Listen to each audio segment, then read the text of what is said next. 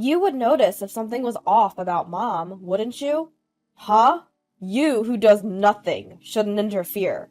They say siblings are different people, but how could I stay silent when our dear mother is not herself, and my brother is saying stuff like, "Stop sticking your nose in our business when you only send $100 a month."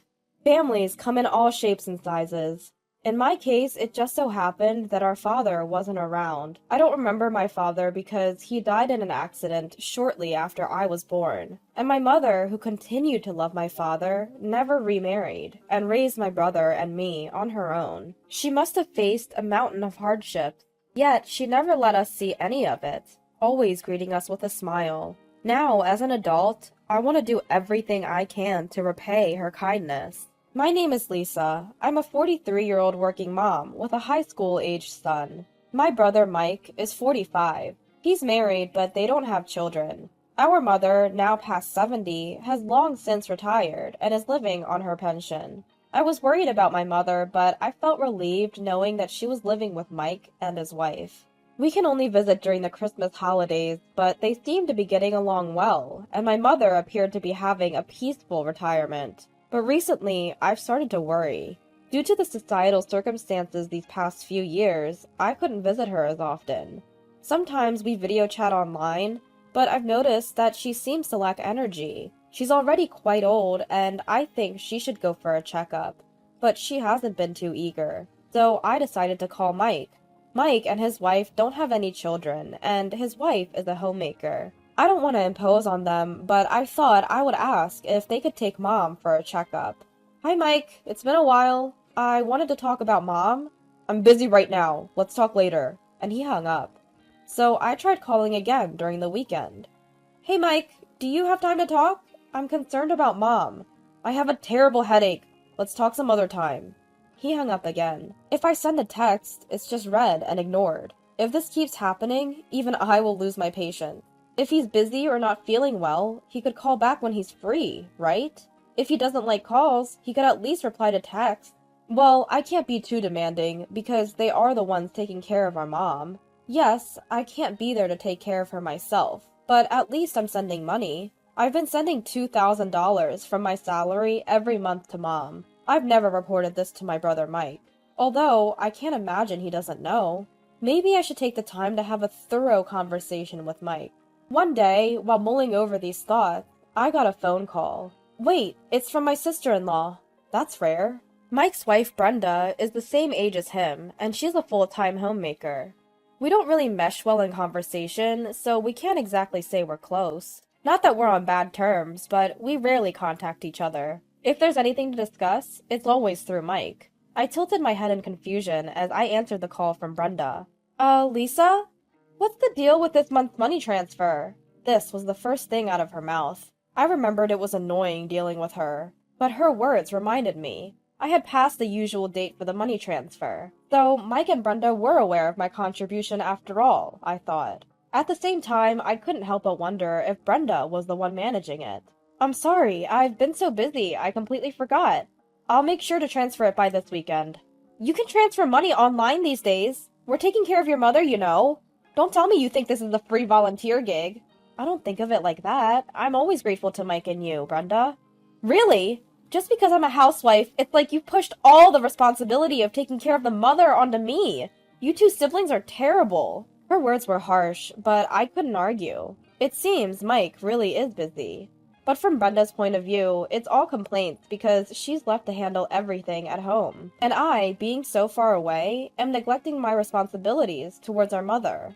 "If you're not going to do anything, at least make sure to pay your share. Make sure to transfer it by tomorrow. Got it?" Yes, I understand." As the call ended abruptly, I let out a deep sigh. She's not wrong. Since I can't do anything else, the least I can do is ensure my payments are timely. The next day, I notified my work that I would be late and rushed to the bank for the transfer. A few days later, my mother called me. I picked up the phone, wondering if she had confirmed the deposit. "Mom? What's up?" "Oh, Lisa, how are you doing? I'm sorry to bother you, but could I ask for a little more money just for this time?" "What?" What my mother told me after that was astounding. As soon as I ended the call, I took action. After getting approval from my husband, I put in for paid leave at work. As soon as everything was in order, I boarded a plane. My destination was my childhood home, in a far-off land. Mom, what happened to you? Upon arriving home, I was lost for words at the sight of my mother, who had come to greet me. I couldn't tell over the video calls, but seeing my mother in person after a few years, she had lost a significant amount of weight. Well, I understand she's older, but the degree of her weight loss is alarming. Are you not hungry? No, I definitely have an appetite, but there's no food. What? We don't have money, so there's not much to eat. No money? Wait, Mom, are you making meals? No, Lisa is preparing them. Then... But with only having a cup of noodles every night, I've inevitably lost weight. What about Lisa? Does she also live with such a diet? She says she usually eats out and doesn't eat at home, unless Mike is around. What's going on? She has the means to eat out, right? Yet, she lets my mother eat such poor meals? Mom, if you can't cook, what about takeout? You could even get some exercise going out to buy it yourself. I'd like to, but we don't have the money. You don't? What about the $2,000 I send every month? Well, Lisa takes it all for the monthly expenses. What? What kind of expenses? Well, it would be too harsh to blame my mother. Her judgment may not be as sharp as it used to be. The problem lies with my brother and his wife.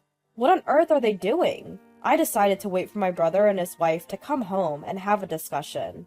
Huh? Why are you here? These were the first words out of my sister-in-law's mouth when she returned home. It's been a long time, Brenda. I hope you've been well. What's the deal? Suddenly showing up? You know it's rude to just drop by, right? No, but... Just go. You're in the way. Be gone before Mike comes back. I suppose it's understandable if people are annoyed with me. But why on earth would they want me to go home so badly? Meanwhile, my brother Mike, who was worn out from working overtime, returned home. Huh? Why are you here? This was the first thing out of Mike's mouth, too. With a wry smile, I told Mike and Brenda that we needed to have a discussion. What's there to discuss?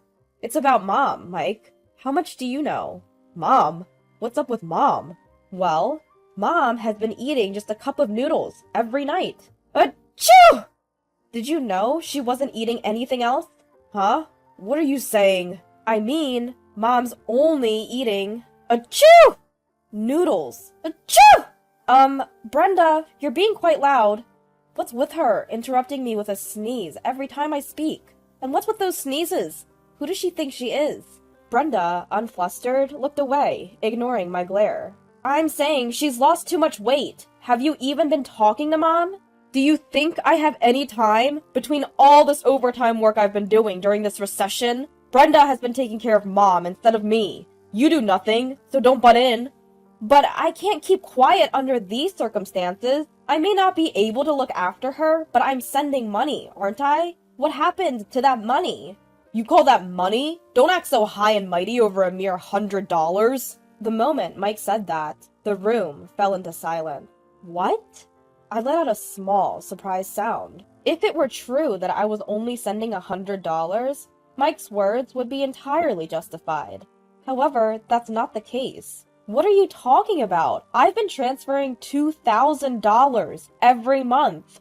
What? Now, it was Mike's turn to be surprised. With a loud noise, Brenda abruptly stood up from her chair. Well, it's getting late, so how about we shower and go to bed? You must be tired, right, Lisa?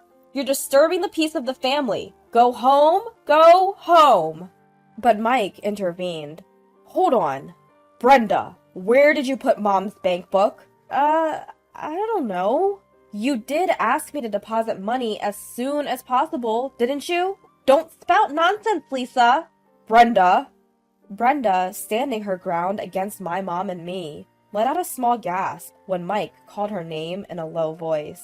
Mike is scary when he gets angry. That's a well-known fact in our house. But then again, he only ever gets mad for good reason. He seemed to be genuinely angry now, having finally seen the situation for what it was. Where is Mom's bank book?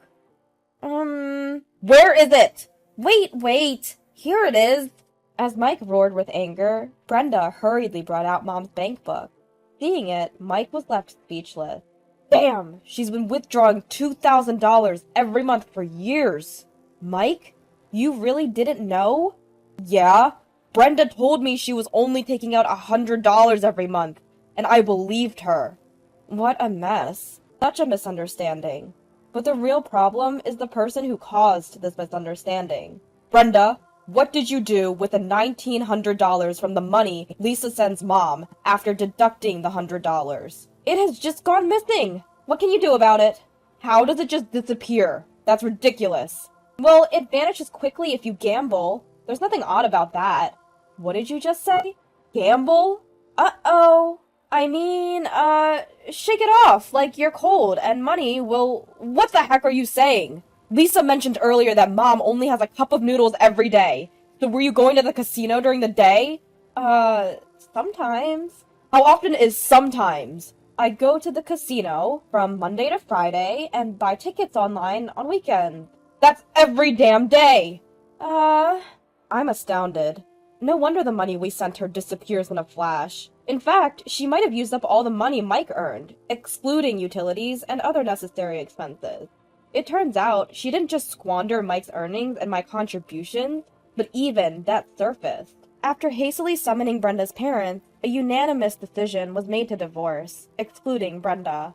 I won't divorce! No! Brenda was crying out, but after being severely reprimanded by her parents, she finally quieted down. Mike agreed not to demand alimony, but rather a promise to return the exact amount that I had been sending to my mother. Of course, a lawyer was present, and documents were created. Brenda's parents apologized and agreed to pay everything in a lump sum, including the alimony. According to Mike, Brenda returned home afterwards and is living under the strict supervision of her parents. She is working from dawn to dusk to repay the money her parents paid up front, it seems. Her parents are in touch with Mike, saying they are teaching her discipline every day. Mike and Mom have started a life just for the two of them. My husband and I moved when our son started living alone for college, a location halfway between my parents' house and my husband's in Ohio. It was fortunate that both my husband and I were transferred to branches of our companies located there. I have even reduced my workload and started to support Mike and Mom's life. Although Mike is not good at cooking, he has been skipping work to deliver lunch to Mom. Mom's face has returned to its former plump and kind expression, which is a relief. With that in mind, I go to see my mother today. Mom, please live a long and healthy life.